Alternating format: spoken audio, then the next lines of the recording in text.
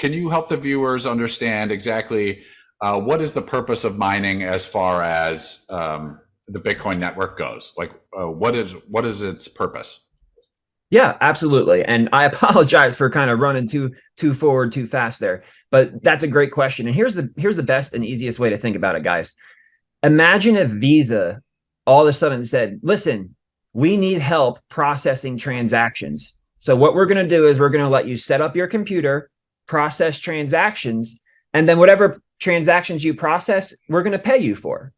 Well, people will be like, wow, that's a fantastic opportunity. Sure, I'll let Visa use my computing power to process its transactions because I'm going to make a portion of the profit. That's the same thing with Bitcoin.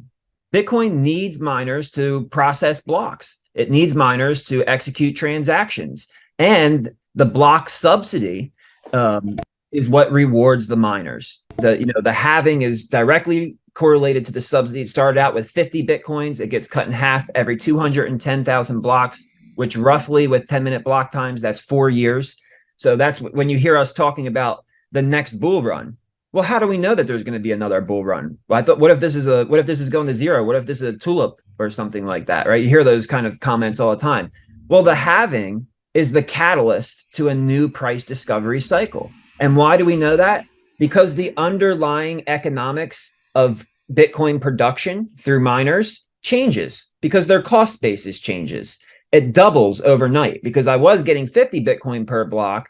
Now I'm only getting 25 Bitcoin per block. And right now it's like way less than that. It's down to 3. So the reward is meant to subsidize and pay for the computing power until finally we get to like 2140 something. And then there's no subsidy remaining. But by that time, most miners believe that there'll be sufficient transaction fees in order to incentivize the miners to keep mining. And I do agree with that. And what's amazing is that the real value of cost of production is, if you think about it, because these blocks are every 10 minutes, or at least they should be. And I'll interject about difficulty adjustment right there. The difficulty adjustment, which can make it easier or harder to mine Bitcoin, is gauged on that 10-minute block time.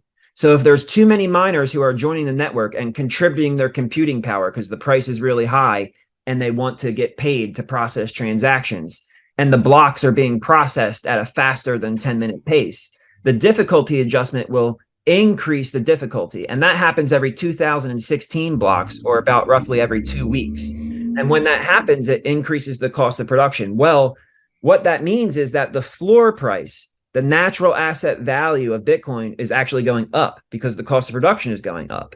And just like any other good or commodity, a producer can't sell Bitcoin for less than it costs them to produce, right? I mean, if you're building a car for 20,000, you can't sell it for less than 20,000. You're going to go out of business. Hello, it's common sense. You need to be able to profit.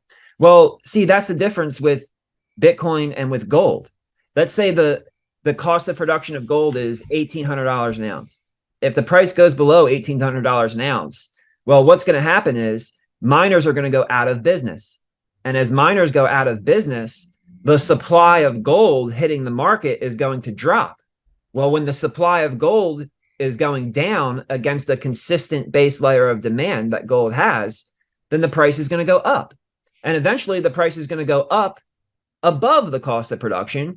And then more producers will enter into the market, create supply. The supply will hit the market, and then price will come back down.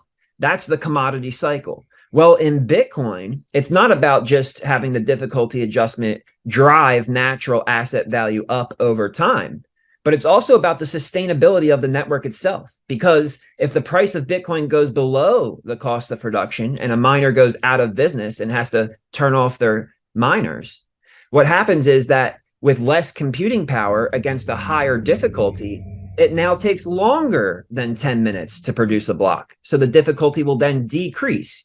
Well, when the difficulty decreases, the cost of production comes down. And that means miners will be able, some miners, maybe not all of them, but some miners will be able to come back and join the network. And really what this is about efficient energy. So if you're taking anything away from this, especially with the recent New York Times hit piece on Bitcoin mining and its energy usage, Bitcoin miners are going out and seeking the cheapest and freest forms of energy. We are not interested in reviving expensive wasteful forms of energy. Matter of fact, most Bitcoin is capturing wasted energy. There is so much gas that's being flared because there's not pipeline infrastructure, or there's so much gas that's being produced, there's not enough demand to consume the supply. There's so much going on, and there's so much wasted energy within the system as it is right now that we don't need to be worrying about Bitcoin building out new energy facilities that are going to produce waste. We're busy making the existing facilities more efficient. And that's the reality. And we're economically driven to do that, because the lower our cost of production, the easier it is to stay in the business, and the more profitable we are, depending on where the price is.